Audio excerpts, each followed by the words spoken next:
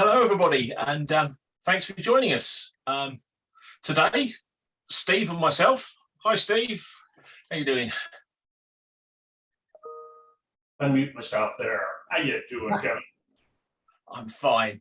So we're back by popular demand to talk about HDR, kind of on-set production for TV and feature films. Dane will be joining us shortly, but in the meantime, I have two other HDR specialists, Pablo Garcia, who's the managing director and colorist, color consultant at Chromarama, and also Mark Todd Osborne from Los Angeles-based senior colorist and feature television, episodic, commercials, music, video, and brand content. All of it. Anything I missed there? I do it all. I don't like getting pigeonholed, so I like No. So my fingers in all the different pies, so to speak. Yeah. So for those of you who joined us last time, obviously we sort of predominantly focused and dead on cue. Here comes Dane. Oh, there he Sorry is. about this. We're flying in here today from Syntegro. Sorry, I had to help Elon Musk up on the International Space Station. So we landed going to be helping everyone out with their leader scope. So my apologies for my tardiness. Thanks for having me today. I really appreciate leader doing this again, and hopefully I won't overtalk everyone. So we're gonna have a big enough fight here, I think. No problem. So dead on cue, the third member of the team turns up. This is Dane, and as I said, for those of you who enjoyed the previous one, and thanks for all the feedback. Sorry the follow-up has taken a bit longer, but like anything, we leave you wanting more, and hopefully at the end of today, we'll answer a lot more of your questions. So, gentlemen, I'm going to step back, which I know will shock a lot of people and not say much for the next hour. Question for you. You're at the closing stages of planning a production. It's all lined up, and then somebody says, do you know what? I think we should do this in HDR. Where do you start? They've been talking to you during the pre-production piece, the testing and that. That's Dane or Pablo right there. Dane or Pablo, you got to take this. No, that it's Pablo, because I would literally I'd call Pablo immediately the second. Oh, that's what you did. Because he's been working on it for probably a month before I got there, just telling them like, okay, no worries, we'll figure it out. And he's probably developed this entire look. Most likely it will be that, because this is something that happens constantly. So I would have already prepared everything in HDR just in case, because it just happens all the time. Yes. To be honest, I will be counting on that right now. I don't know, maybe you can help me on this one, but I would say that 90% or 80% of productions of episodics and things like this, they are going to be done in HDR, or at some point, as Kevin was saying right now, at some point someone is going to come like, I think we should do this in HDR, right? It's just switch this button and you have everything in HDR. So yeah, but it happens more often than it should. It shouldn't be an afterthought for cinematographers and crew and so on that are watching us. Count on it all the time. Yeah. I don't think on the commercials side is yet there. I don't think there's much commercials done or thinking on HDR, but definitely in what is film production and episodic and so on, I would count on it. So just preparation, it's your best tool. Lack of preparation is preparing for failure, someone was saying. So yeah. Yeah, but on the back end, on my side, when I get the final grade, there's a lot of companies I do independent features with, and we always do a 709 2.4. But yeah, now they're this year, they've all been coming back going, hey, we think we need an HDR too, as well. So I'm now just staying, I'm color managed anyway, but I've been making sure that I'm in DaVinci Wide Gamut or Log C, or just starting with a bigger container, even in my 709 shows, so that inevitably when they want me to flip over, it's an easier transition to get back up to HDR. Indeed, you make a good point in there, which I didn't actually talk about it, which is color management. Without color management, you're screwed. You're done. There is no. I have been. Oh, I thought about it. Yeah, when I was saying like I would be already prepared because basically that was my meaning. My field of my profession, it's basically color management, and I'm a color supervisor. So for me, goes without saying that whatever I do is always color managed. So yes. Apologies for that, but you make the point on just count all the time in having your project color managed. Someone was saying on which flavor of HDR.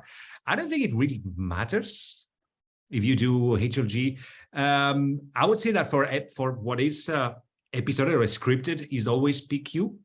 Yes. Doing a PQ to HLG, it's a very straightforward pass, unless you've done something beyond the, it's a really straightforward pass going from PQ 1000 nits to HLG. I have a question because I only usually work in P3, D65, 2084, but I haven't messed around with the HLG.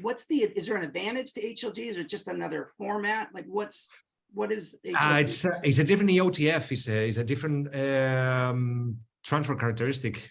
The colors, the gamut is the same, but the color space is slightly different because it has that duality.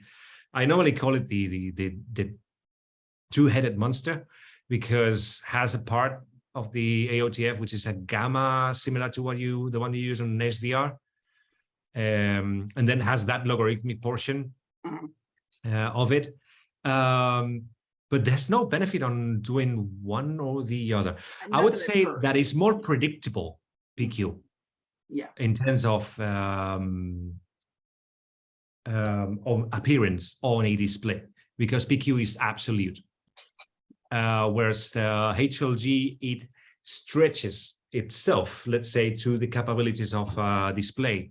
So the display needs to adjust an internal, it's called the system gamma, for it to keep the appearance of the picture. Okay. But still, it makes it that two displays of complete different technologies, the picture is going to look slightly different. Okay. So for content creation from the perspective of the artistry of a drama and so on, PQ is always a safer for cinematography and so on. It's because it's absolute. What you see is what you get. That's it. Gotcha. I mean, here on set, we're primarily using PQ. Pablo, would you find that HLG is more widely adopted in broadcast, or indeed? Yeah, indeed. We'll call it scripted, or even it could be unscripted, I'm sure. But we find that separation a little bit more apparent here in at least in the Western United States. HLG is what you're going to find in an OB truck or on a broadcast. Maybe some of the work you're doing, Pablo, up here. But for example, many broadcasters in the US that are producing HDR content from sports to the production is maintained in HLG, but then the distribution is in PQ. Because that's a really natural, it's a one-to-one kind of HLG 1000 nits to PQ 1000 nits goes on 1-1 nearly. So then you can distribute it either as HLG 10 or the 10 plus or any of the multiple flavors of PQ that you can do. So that's a technique that many broadcasters use. Also, you can some of them that are actually doing even the Dolby Vision out of the PQ, but then the OB truck internally, everything runs in HLG. Yeah. I've done it sometimes on some film sets because it's easier to, when you don't have, those super duper monitors for makeup artists and so on. I found it kind of a good compromise setting them as HLG. Just that's a tip for you if you want to try it one day. If they have like consumer TVs and that they are not, fantastic, and you're doing a 1000 nit PQ on your tent, and they have lower consumer displays of capabilities. Sometimes converting those ones into HLG and just sending to those monitors as a preview HLG, it does the job. But as I said, it just needs to test it. And so going back to your question, sports definitely. But for example, BBC does a lot of natural history, they call it, and documentaries, and they do requests for their productions, and I'm talking about TV series and so on, to be produced as well in HLG. They do a PQ also for kind of external sales, but they keep it all in the HL as well. At the end of the day, they invented it, no? So they need to be defending it. I see a few questions still are coming up, so I don't know. Yeah. If we need to start answering those or not, but We are going to do questions at the end, so I got you on the Okay. questions at the end. gotcha. So Okay. I can probably discuss, kind of pick up from there a little bit. You know, once Pablo creates most of the initial look, shall we say, with the cinematographer, maybe the director as well, even you know, a creative producer, really just depends. They create these two different LUTs essentially for me to use. Now, I can, there's also very different versions. There's been a lot of updates even since we last spoke with the common LUT format and the ACES 1.2 with a future 2.0 coming around the corner. And so with that format, that's another potential pipeline that you could use with ACES. If you're in a creative, I'm sure you can use it in a broadcast manner in addition to that. But most of my experience has been what we would call faces, which is having a traditional CDL LUT pipeline on set for viewing, feeding looks to different monitors. Traditionally, I would have, you know, both an HDR and an SDR monitor on set, but more recently, over, you know, since this last little webinar we had last time, there's been a lot of updates. One of those is the monitors behind me. Small HD came out with some new HDR monitors, 2 of them actually. So we've been able to kind of lower the bar, shall we say, and still keep high quality imaging. These 27-inch OLEDs are rated for 550 nits. So we can tone map to that 500 nit level if you're doing a creative look in that range. Traditionally, you know, you probably would do a 600 or even 1,000 nit. I mean, I'm sure there's a lot of other deliverables Pablo or Mark could probably tell you in addition to that, but traditionally on set, we're kind of in that range, that 500. There are some other projects that are 400 to 1,000, and that just is based off of a look and what the cinematographer or director is really going for. And another one is the small HD vision monitors. So what that's done is it's kind of lowered the threshold a little bit for more affordable HDR viewing on set.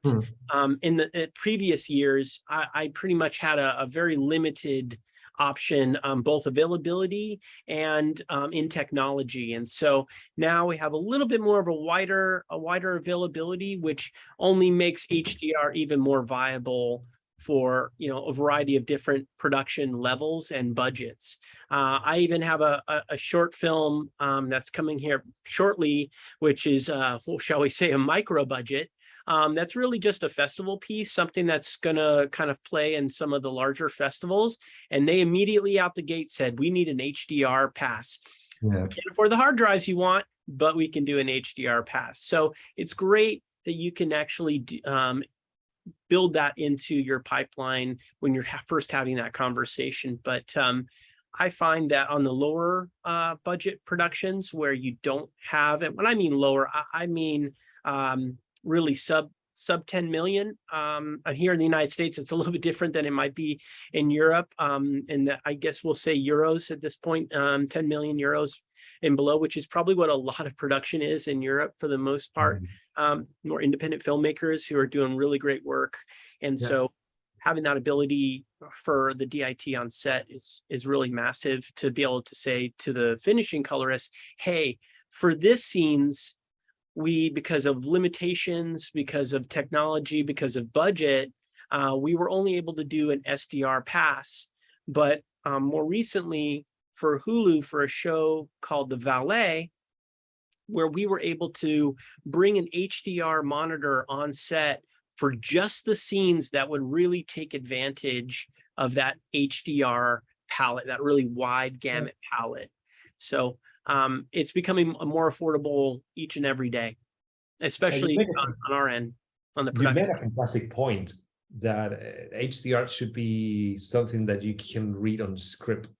There are scenes that are going to ask for it. There are other scenes that are just going to ask you to just to keep it what it's been always been. There's no that need of speculars and so on. This is something I've been saying on many other webinars that I've been part of, that in the creative process of the script is where you should be reading that part of the HDR coming in, coming out, I don't know, opening a window, doing those effects of just getting in and getting out. You don't need to dial everything to 11 as they would do on a Spinal Tap all the time, and exploit that. And actually, suddenly the film becomes alive. That's where HDR as a creative tool becomes a thing. It's not just a format, it's a creative tool. That's what people need to understand. The second thing that I want to say on according to the panels, not just in the kind of rugged professional SDI world, there's been this Smollersy and some other manufacturers coming with some good solutions, but also on the consumer side, let's say on the desk side, I've been having on my hands lately the Asus 32 inches, the LG, those are computer monitors, quite impressive, to be honest, and they're really affordable. That and under the 4K $/euros range. So it's not that expensive anymore. In terms of hard drives and so on, I think you're producing the same amount of data if you're doing HDR or not. But one important thing is what I call the combined viewing environments. When you have them that side by side, SDR and the HDR, the cinematography, you need to choose one. And what I'm seeing now, the biggest struggle I'm seeing with cinematography, especially, is because only on the DIT, if they have a HDR monitor on set, only in your tent they will be seeing that picture. Then they go back to the camera, the viewfinder, the onboard monitors. Everything else is just on that SDR. So first of all, they need to compartment their brain really well on understanding, okay, now I'm looking at this, now I'm looking at that, because these and that are different things. They need to understand it. And the thing is that when they go to the colorist, when they go to Matt, and then you start doing the color grade in HDR, and then you go for the SDR pass, which is now the tendency. Before you do the SDR and then you do an HDR pass. Now it's kind of swapping positions. Then they say, especially if you're using a Dolby, there was a few questions about Dolby. If you're using a Dolby Vision Pass or something like this, then they go like, but that's not the SDR that I was looking at on set. Can I get that one back? And that's where the kind of a complication starts. So what I did in the best way, and it's not a one-to-one, it's impossible to do it because Dolby Vision does an analysis per shot and so on. I was on an ACES pipeline. I was putting two LMTs, are called the look modification transform. One was the actual look of the film before the HDR days were film emulations and things like this. And the second is mostly a tone mapping to kind of visually match in the best way I can the HDR to the SDR output of ACES, which again, we will be doing a Dolby Vision Pass. So that ACES output transform is going to go out of the window. So yeah, it's difficult until Dolby doesn't come up with a solution that we can view Dolby Vision on set. People at Dolby, if you are watching us, here's your here's your little tiny complicated seed to follow up. But yeah, that will be the real deal. So Pablo, when we were at IBC, you know, we were playing around with your Orion Convert product and that. And one of the things I thought was really interesting was, because obviously this was doing HDR to SDR conversion, SDR back to HDR, kind of this round tripping. Yeah. But how important the payload ID information is, because products like the leader waveform monitors can read it and can switch. So yeah, if the camera's outputting it, the devices downstream will be set up correctly. And yeah, but you'll be relying not all LUT boxes can do such work. That's one of the cool things of the new Agile Color Box, that it can embed the payload ID onto it. So then you can really leave your scopes and your monitoring to just change automatically by following the payload ID. But many other ones are kind of slightly more dumb boxes, and not that are bad products at all, but they didn't have that capability. So, but yeah, I did. I mean, that's what is for me was a game changer. Now I'm starting to use it. Before I was doing always manually. So Dane, the other piece you said, obviously, when we spoke to you last time, I think, you know, you said the production, you had two kind of X310 monitors on your poor cart that was creaking, and the air conditioning was cranked up full, and it was, you know, and mass. Yeah. Obviously now these monitors are dropping. Obviously there is still an importance to have a waveform monitor with you, because we've heard this in post that you need that absolute reference that you can refer back to each point, saying that's where we started, because the human eye drifts over a period of time. Yeah, the one of the things, just to add to the payload ID, as a means to bypass that issue that Pablo's mentioning, with different LUT boxes not reading, and different manufacturers not reading it as well, which some are more common than others. The leader does read that payload ID, and so what's really nice about these kind of hybrid production situations where you are going between an SDR, because maybe you're doing, you know, arm car, right? And you have an edge car or you know, Ukrainian arm, and you're driving, you know, through the desert, doing pickups on, you know, maybe additional photography. Sometimes just that extra ability to have an HDR monitor and monitoring when you're in such a remote location becomes really difficult. So I tend to set up my leader, my 5350, which I've been using for the last 3 years now, is 4 years now, I guess.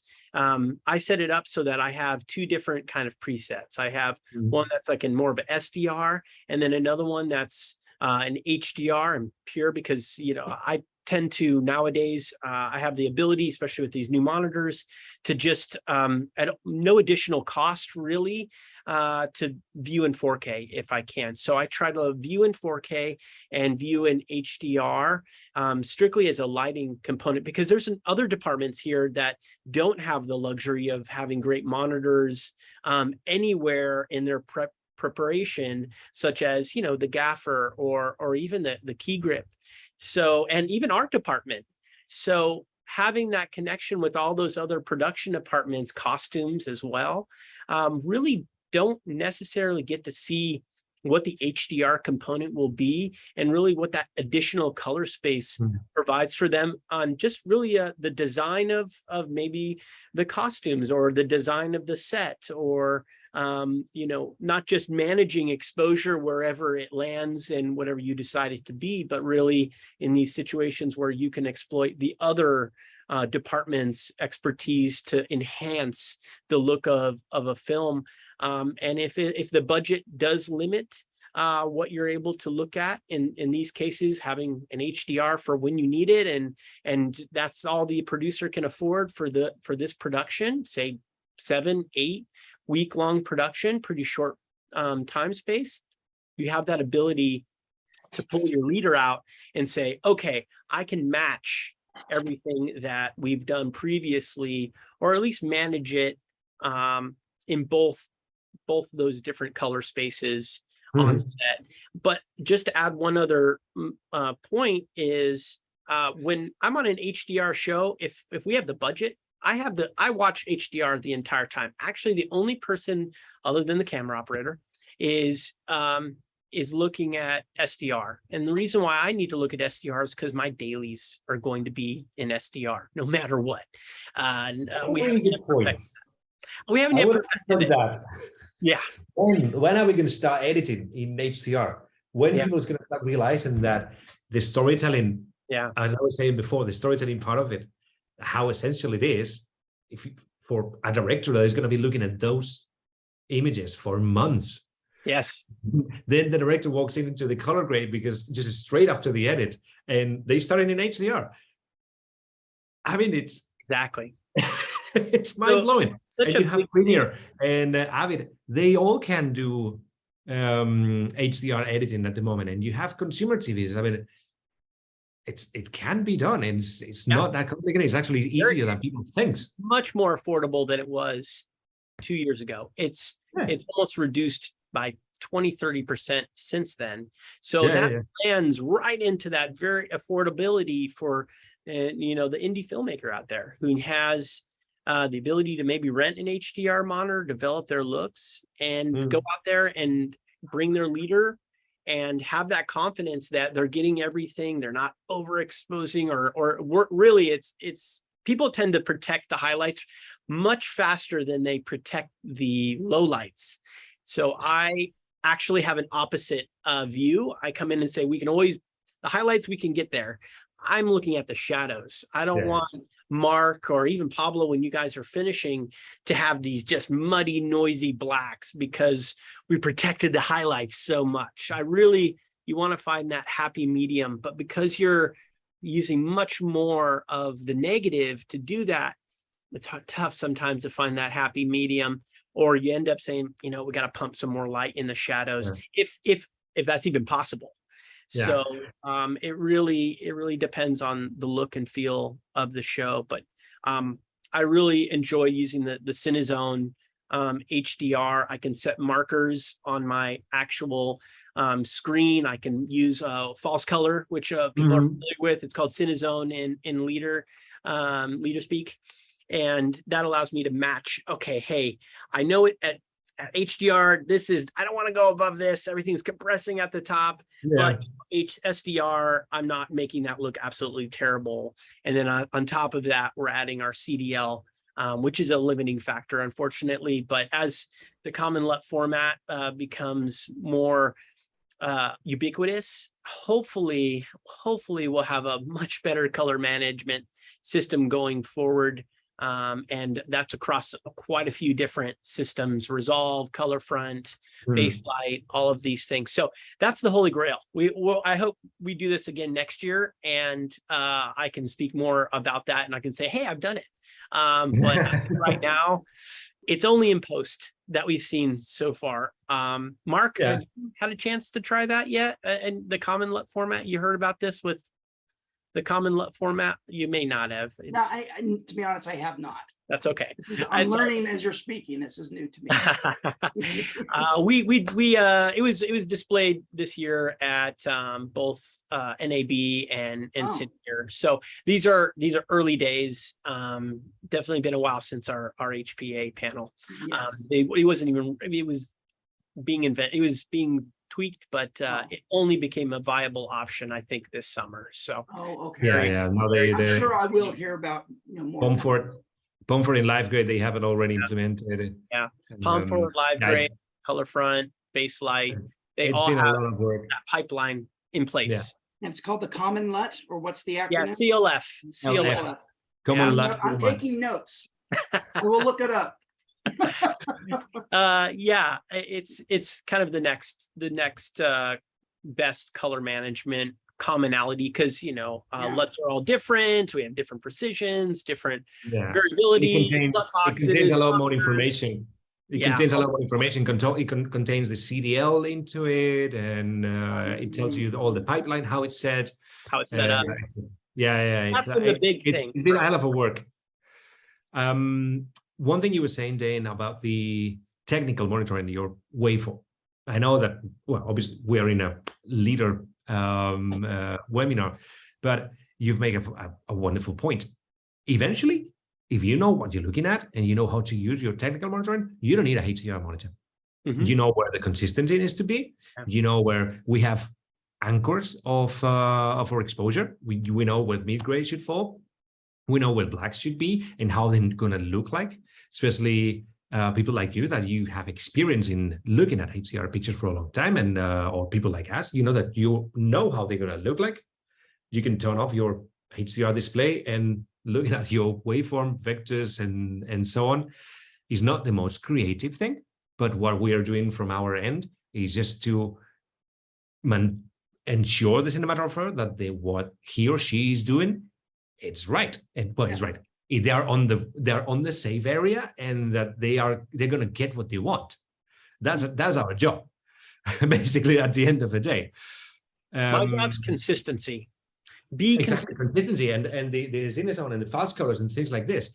It's incredibly handy, and you will be surprised how much we've been using that throughout the Olympics. We were doing the whole QC and giving all the exposure anchors. It's like being a DIT on steroids, because we were doing like 60 different locations on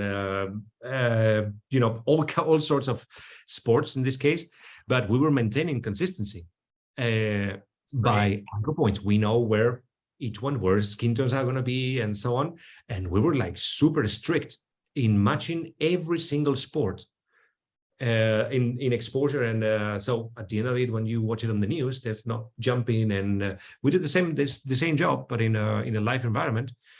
And that's all because of technical monitoring. We have X310s everywhere. We have an array, a whole wall of X310s. We are not in a trolley on wheels. We are in a nice, comfortable, similar to a grading suite. Yeah. But with 3 different operators, with our headphones and so on, and just giving indications to the crews on exposure, on the white point they're doing, and settings and so on. And we had the waveforms as rasterizers on big screens. So basically, we were just routing one sport to the other one on the waveforms, and then looking at the X310s. Pablo, are you using the 5600, right? The hardware. Yeah, I have the big one. Yeah. Do you ever use the fabrics? Have you used that? Today we have both. I'm testing with a client I cannot name. We're doing an exercise of testing a bit of research and development for something that's going to happen in 2024. And we were having both. We are using both. We were setting up today, so it's the 5600 and the fabrics.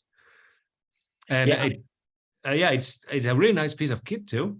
It's highly you can customize it really, really well. Did you get the new firmware? Steve and Kevin showed me. No, I need to. It looks. This is not mine. This is not mine. Oh, okay, yeah. But I'm coming from your end, so I'm used to having all that in my compact form factor, and but how much you can customize as well. The 5600, it's highly customized. You can customize it with the layout and so on. And I normally have it always as I said, on a rasterizer on a 27 inches screen, so I can see the information big. So Dane, one of the things you mentioned last time that I didn't quite realize is, obviously on the leader ones, you can stick a USB key in the front, do a screen grab, and kind of distribute it around the production. You mentioned, if you've got a second and a third unit, but you're shooting, somebody's going to walk out of an interior to an exterior, and that you can share this around, because obviously with HDR, we're looking at an interior, but we can now see what it looks like outside through the window, through the door, and that. So we know that continuity error when it occurs. Yeah, one thing that's actually kind of a thing I played with a little bit was actually capturing the feed out of the leader. So much like Pablo's using the SDI out of his 5600 to see it on the screen, I've kind of experimented a little bit with inputting it into my Odyssey so that I always have a video of all the variations, because a still, even though it's a really great reference to share with cinematographers, or really I use them to share it with other DITs, is having that ability to capture that video output as lighting changes, as you can see, from one place to the other when the actor goes from one spot to the other, is really helpful, and really becomes a reference for me. It's a little extra than some folks, but in my experience, being able to go back to something that you shot 3 weeks ago, 4 weeks ago, or even longer, becomes a really important part of it. And I just hold on to it, and then if we're done at the end of the show, delete. Funny you say that. I'm doing exactly the same, but with an A10 Mini Pro. Yeah, I have, because I'm the coordinator of X amount of operators that are doing different things. So I have the back of their waveforms. yeah. And I use the A10 Mini. I'm recording everything, but I use the A10 Mini Pro just to go from one waveform to the other one of the different operators, and I can just Cool. I have a vision mixer for waveforms. I've got that geeky. I'm just starting to do that, and you can connect a hard drive onto it, and I'm recording everything as well. And at the end of the day, for reporting purposes and everything, if you need to go back, it's like, okay, man. So it's a fantastic idea to actually record it, not just do it. It's great. If you want to, I mean, you're not going to share it with a cinematographer unless they are maybe more science oriented. There are a few out there who really prefer more of the science aspect of cinematography. They are interested in that, but in general, I use it as, hey, maybe we shot this direction for this scene, but now we got to shoot this direction of the scene, and some time has passed. And as Kevin mentioned, that over time your eyes will trick you, right? So I want to come back to that and compare both my stills and also my video just to do it. But I haven't had a really long time. It's a lot more extra data in general. I tend to record in like a ProRes LT or proxy, but it still fills up about every 3 or 4 days if you have a typical 2 hour. I've got a question for you, Dane. Yeah, Steve. How much has it changed since you now have the ability to actually look at the true HDR rather than an HDR proxy? Because I know in the early days there was a lot of HDR proxies working. Yeah. And with the new waveform monitors being able to do true 4K native instead of having to just do a HD proxy, how much has that changed your life? Yeah, I mean, I still think we'll call that industry standard. I think a lot of people are still HD everything, and HDR is irrelevant of the resolution. You could do 720p HDR as long as someone was watching it. I'm sure on some of the devices it's possible, but in general, having that extra ability to look at 4K, which is still debatable. I mean, these monitors look great at HD and at 4K, depending on what it is. I like to see a little bit more as the monitor as a representation of the negative. Yeah. So 4K is usually our deliverable nowadays. Obviously, we record higher resolution than that, but 4K really is. So I treat it as such.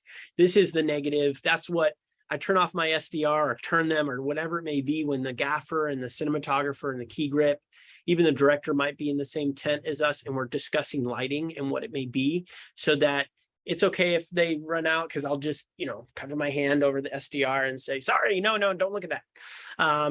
And so that gives them a deeper understanding of what it will be. And hopefully the director comes in and looks at some stuff. They usually are really interested in general on that stuff, but we're seeing more monitors now that have higher nit level capabilities. But as far as HD proxy goes, I think it's still what is out there. It's still what the most common format that we're going to continue to see for a long time. I'm kind of in a little bit of a special world when it comes to that. People always ask me, what, you have to use 4K? Do you want to? Yeah, it adds a little bit of complexity, but all the Terra decks have caught up.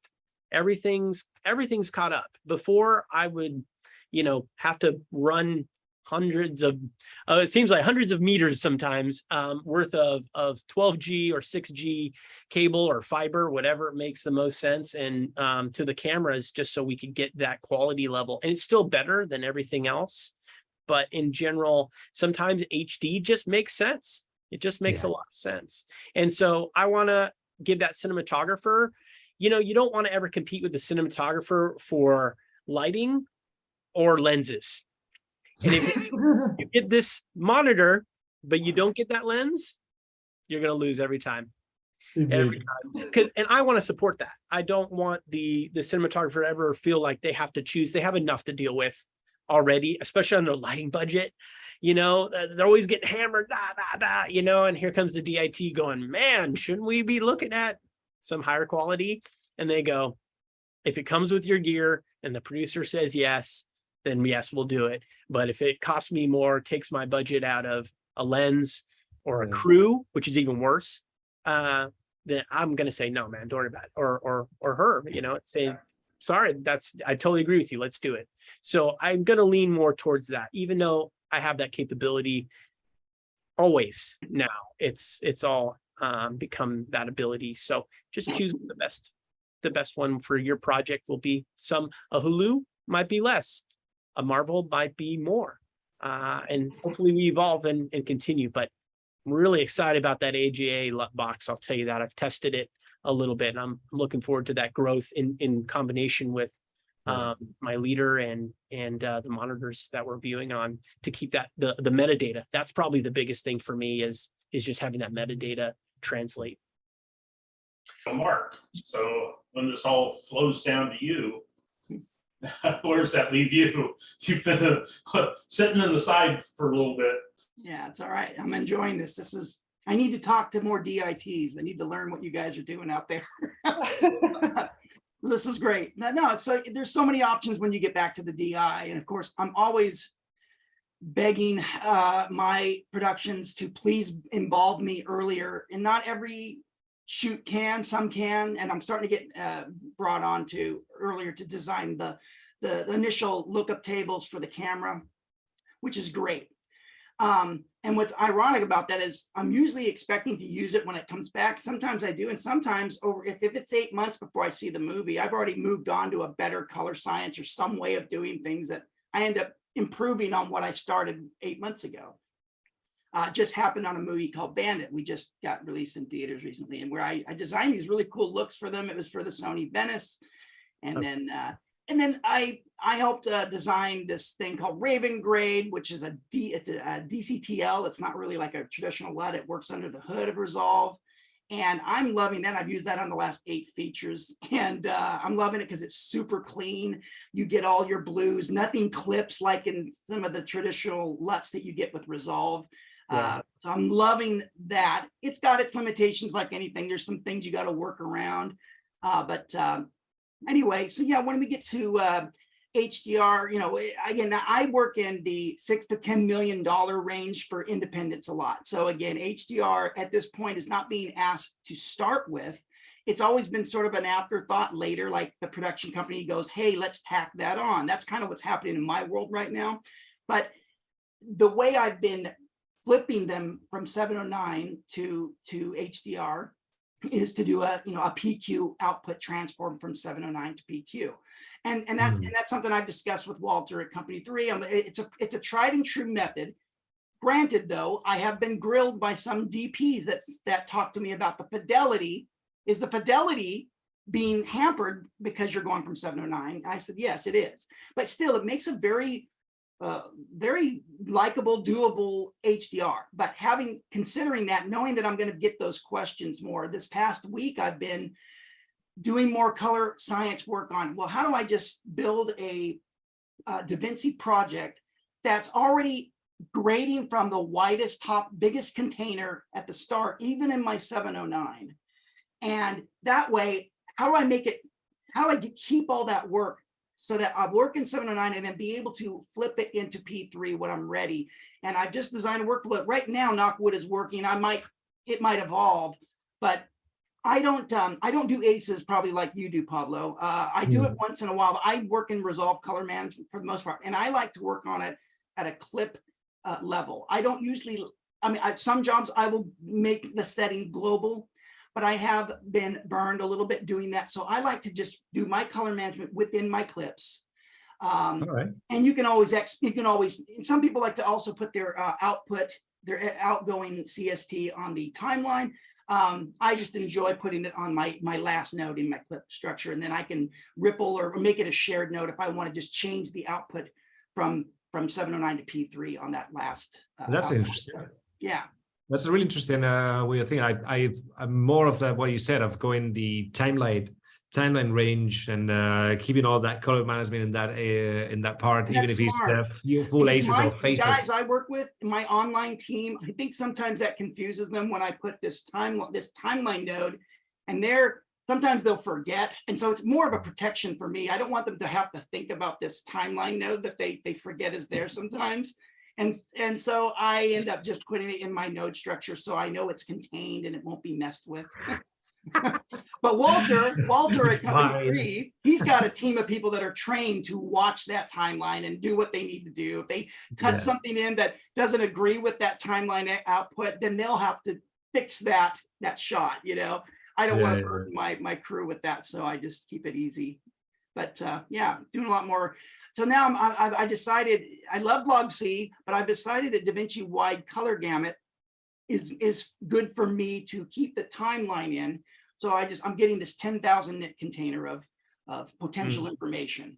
And I'm working from there and then just funneling it into 709 as I grade. And then I did a nice flip. What's cool is I'm working on this, speaking of low cost HDR, just a month or so ago, I got this LG G2 and I am loving it. It's a 55-inch. My calibration guy is David Abrams, and I'm always going to plug him. He is the best in the business.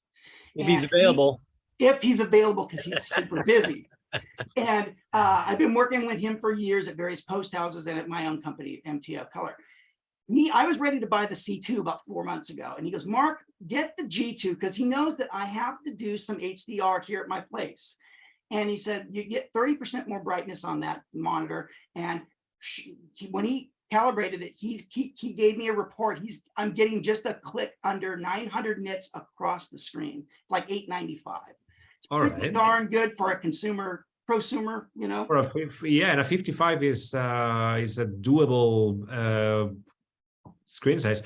A question I have for you. So you said that you're running on, basically your look is based on this DL, which are 60-bit floating, no interpolation errors, no limits, and so on. Just in the 709 world, I haven't really experimented with it in the HDR. I have been, but yeah, go ahead. I'm sorry. What? Okay. Yeah, because that's the other part that people need to understand, that we need to move away on the traditional.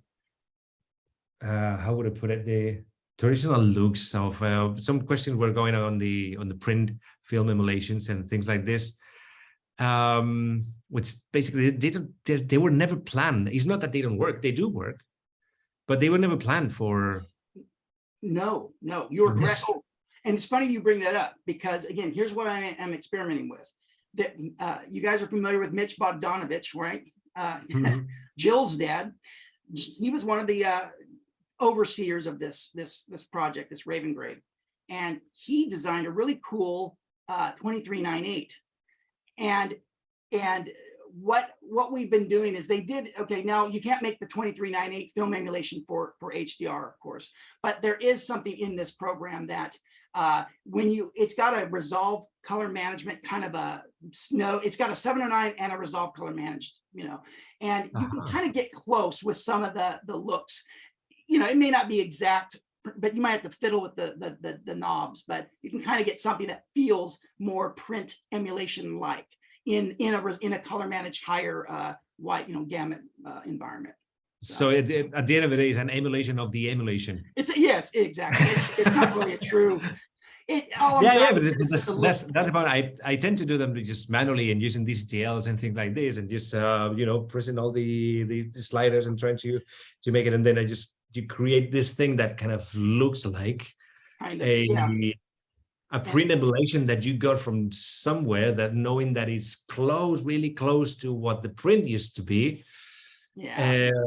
But yeah, in terms of gamut and there are some of them that are made mathematically. I do have a bunch of kind of LMTs, which are film emulations for ACES, but still, they're always limit the gamut to I find that if you've got a good strong curve, strong contrast, and you monitor or map your highlights correctly for HDR and 7:9, if you keep them nice and soft and arcing beautifully, I feel that that's kind of what the print look is anyway. Just keep those highlights under control, and then a little bit of brain, look for texture, kind of helps simulate a little bit, depending on what kind of a feel the director and cinematographer are going for. Yeah, that extra diffusion and some practicals to soften the effect. Little halation if they ask for it, Yeah. For those colors out there, that's where the key point is. Controlling the highlights is not just to control them in terms of exposure. It's you need to diffuse them. You need to soften, and that's where the hard work comes, and that looks beautiful in SDR too. The thing is that you don't tend to see it that much, that effect in SDR. All of that hard work, and then you're doing your SDR pass and you can barely see it. But then in the HDR, this just makes such a massive difference of centering the attention of the audience, because HDR can be really distracting on that sense. Yeah, it's true. I used to overwork myself a few years ago. I used to like controlling all my highlights with the luminance key and not really letting color management do it. And I wasn't trusting color management at that time. And I was so foolish because I was working 3 times as hard because my whole image looked great, but all my highlights are blowing out, and I was controlling with this internal clip luminance key. And then finally I got smart and said, wait, let color management handle all of that, and Arc might, do all that work for me. So yeah, now I've been solidly color management for the last few years, and it's a godsend. I don't have to work as hard on those luminance. So gentlemen, I hate to interrupt this discussion, but we have had some questions, and I'm conscious of the time here. Bring it on.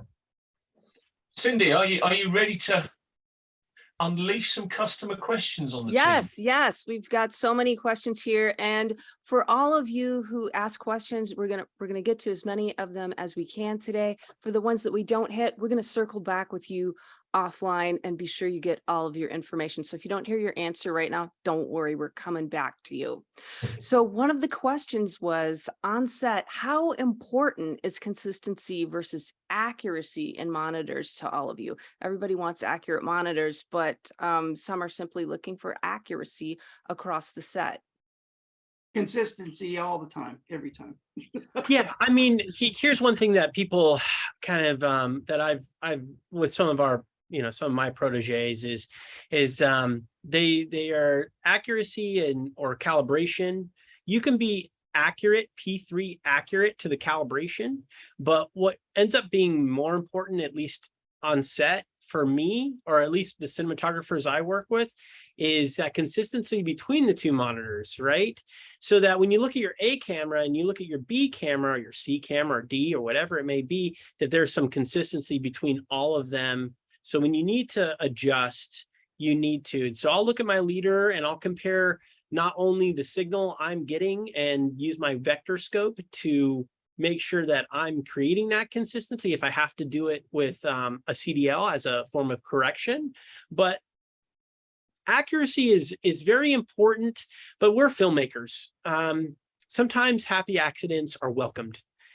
So I want to say I make sure that my monitors are calibrated, but more importantly, basically color match each other as much as I can, so that we're consistent. And then if I need to adjust anything on the CDL, for B camera, because they have the 180 millimeter anamorphic lens from 1968, and then A camera has the Panavision T series from 1992 in a 50, and we want to see those two things. If I have to correct for the lenses anyway, it's all out of whack. So usually that's in preparation if I can, if I have the time, if I'm hired soon enough. That's a big issue with DITs or production in general, is production doesn't want to hire you any sooner than they have to. And sometimes I'm lucky, I get 2 weeks, sometimes I get 2 days. So it's all about consistency with those monitors. So I hope that helps a little bit. But accuracy, as long as they're accurate, as long as they fall into that D65 P3 color space for the monitors, or I have a dark enough tent, because that's another issue there, is actually how your eyes react versus 709, which is much brighter in terms of what I mean by that is the reference is much brighter. It's usually 25-foot Lambert versus P3, which is going to be a little bit lower, like 14. And that's the ambient brightness in the room. So distance is another important factor, is how close you are to the monitor. And so, I don't want anyone to get fatigued, especially with a 10-week grueling schedule, 75-hour work weeks. So at this point, I really think about my crew and try to say, hey, we're in that ballpark, we're there, we have a reference. If we have a wonderful colorist like Mark or Pablo, maybe a Saturday, 3 weeks in, to look at that stuff and say, hey, let's just sit down, have a little, have a croissant and an espresso, and let's just look at some of the images we've shot the last 3 weeks and kind of get a good sense of, we did this right, we could adjust that. Yeah. So, like in the old days of watching the dailies on the right conditions. And to add to what you're saying, I would say that the accuracy of the display is very important as a tool. The consistency comes on the viewing environment, as you said, and on the signal that you're feeding to that monitor, which is exposure and a CDL that you need to, you work on the consistency of those MB.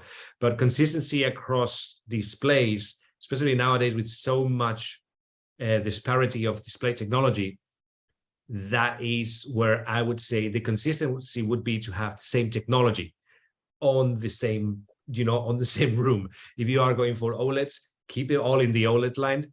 If you're going for LCDs, just keep it on the LCDs. Yeah. I think, do you mean it, man? Real quick, I'll just chime in on what Dane was saying. For me, consistency is very important on set, because if I do see a problem like a lens issue on one of the cameras, once I've made that correction, if it's consistent for me, then that correction sticks for all those cameras. So I really appreciate consistency when they're dialing their work in. Yeah. So. That was great. Wonderful answers. And I'm going to go to another question. So this is a question around grading projects more than once. And so the comment is, I've seen some really poor SDR passes on films that were also released in Dolby HDR lately. I assume the grade was done in HDR and then a very quick conversion was done for the SDR release. And so could you comment on that? I've been hearing about that. I mean, I've not personally remembered which ones would look bad for like an SDR, but I just know that my experience with Dolby Vision, and Dolby Vision's a great idea. The package is awesome. I understand why we do it, and it's getting better. They're getting better with their trends. But I remember when I first started a couple years ago on the Act for Hulu, I always felt like I could have done a better SDR pass than what we got out of the trim. But again, I've done some since then that I'm seeing the evolution. That the SDR trims are getting better. Their technology is getting better. So if your output is a Dolby Vision, that's what you got to do. There's nothing you can do about it. But again, some deliveries are a separate HDR and they're not Dolby Vision. And then you can always do your own 709 trim to your liking, to your taste. And the other point is that I wouldn't leave a creative project into an automatic process. So for those that are asking if it needs, it's not two separate grades, but it needs at least a separate session on that trim pass. AI or whatever the analysis that Dolby Vision is doing or whatever else you're using, because there's going to start popping up technologies like this that are using AI to analyze the pictures and to create a good-looking picture. But a good-looking picture is whatever the cinematographer wants. Yeah. That's a good looking picture. That's a good looking picture. That's So exactly it. that has to happen. Yes, you have to do. I mean, you should do all your grade, and then always have 1 day or 2 days for sitting and do that versioning. It's a versioning process where you do it. For So sure. and that needs to be human supervised, in my opinion. Yeah, I find that since that you're limited on what you can do in the Dolby Trim Pass, Yeah. because it's all being analyzed based off of what you've done in the HDR. So what I have to do is sort of a back and forth. If I find something I'm not enjoying in the SDR, I have to go back into the HDR, fix it there, and then reanalyze it. And then usually I'll get the result that I want for 709. Sometimes though, you have to compromise your HDR to get the 709 to look good for that clip. It's sort of it's a balance act. Just a constant balance. Well, this might be a related question then. We've got a question around grading, and can I grade on HDR and then from there have a 709 2.4 version, and what's the best workflow for that? Totally. Again, that's what I've been experimenting with lately, because again, I need to start protecting myself for this company I'm working with doing a lot of features.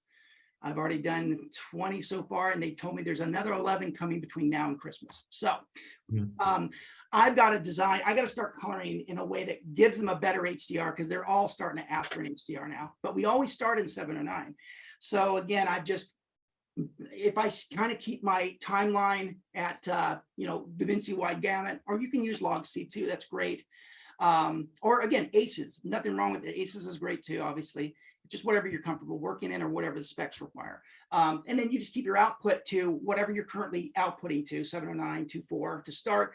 And then make sure that your outgoing node represents that as well, your outgoing color space transform. And then you can just, when you're ready to, if you've colored now in this wider dynamic range to start with, then you can just flip your color system over to P3, 2084, 1000 nit. That's now your new output. Your timeline is still the same. It's still in DaVinci wide gamut or whatever you set it to.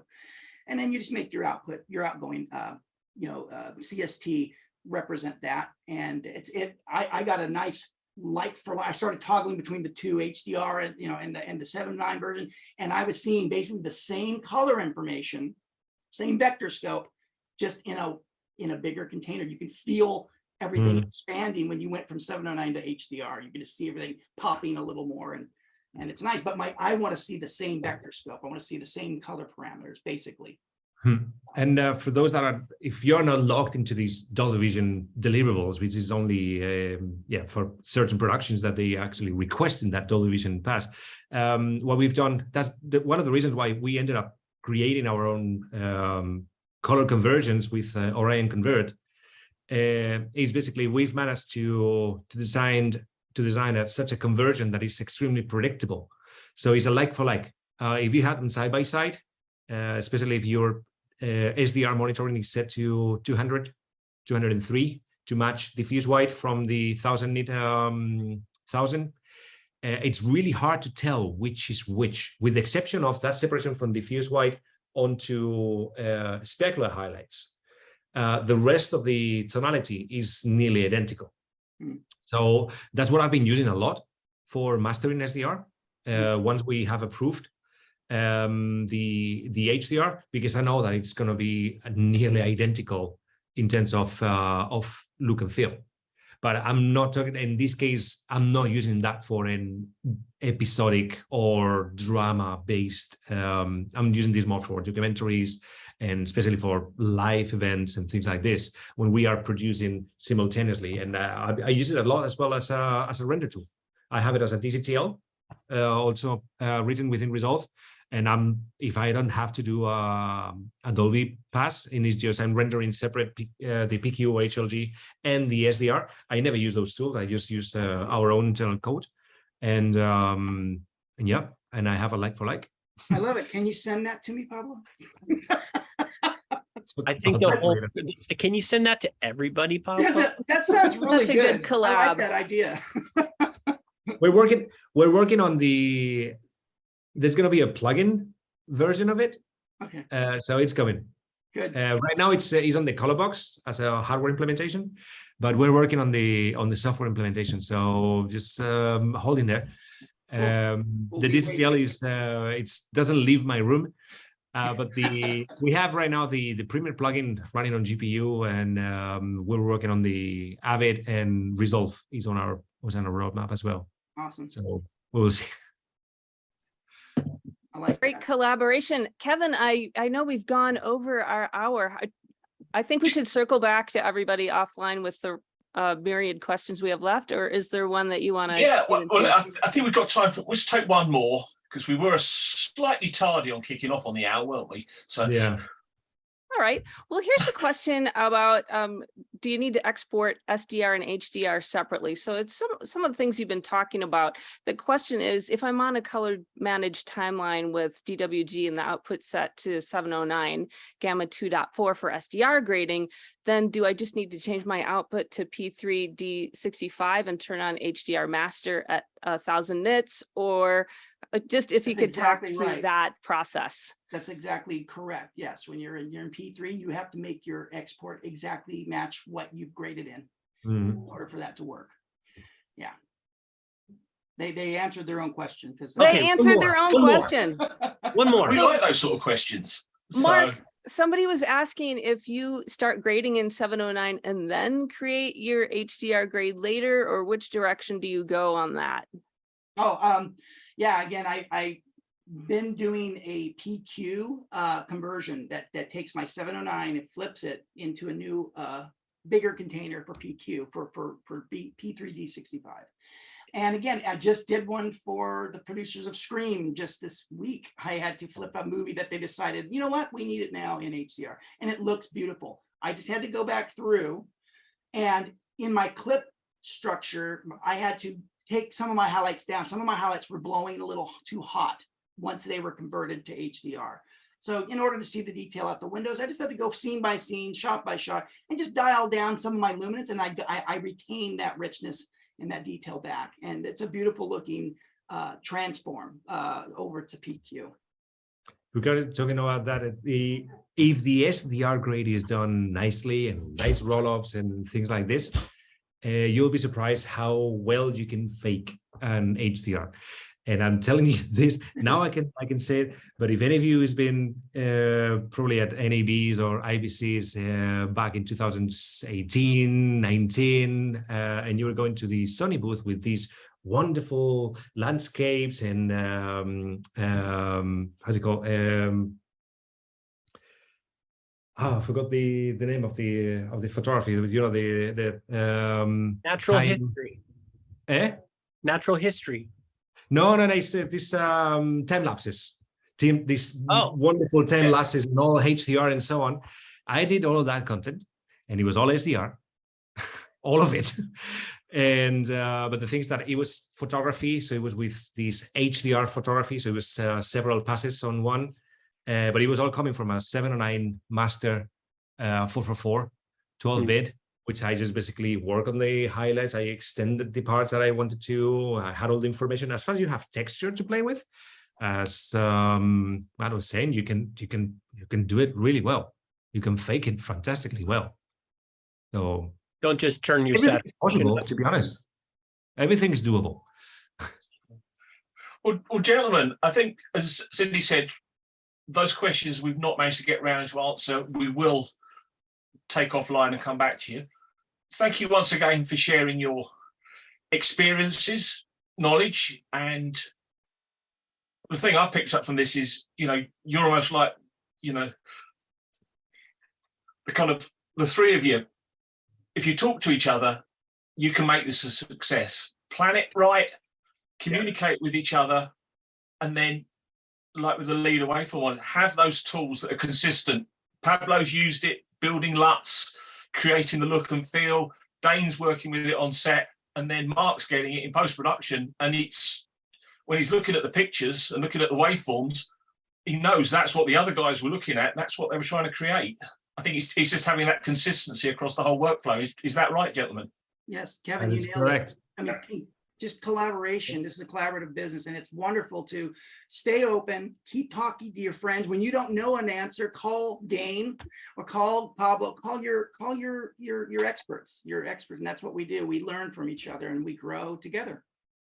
So gentlemen, thank you very much. For those of you who want to watch this again, it will be posted on the Leader YouTube channels, and Cindy will also get an audio podcast of this out as well. So you can listen to it on your commute when you're sitting there waiting for your flight somewhere.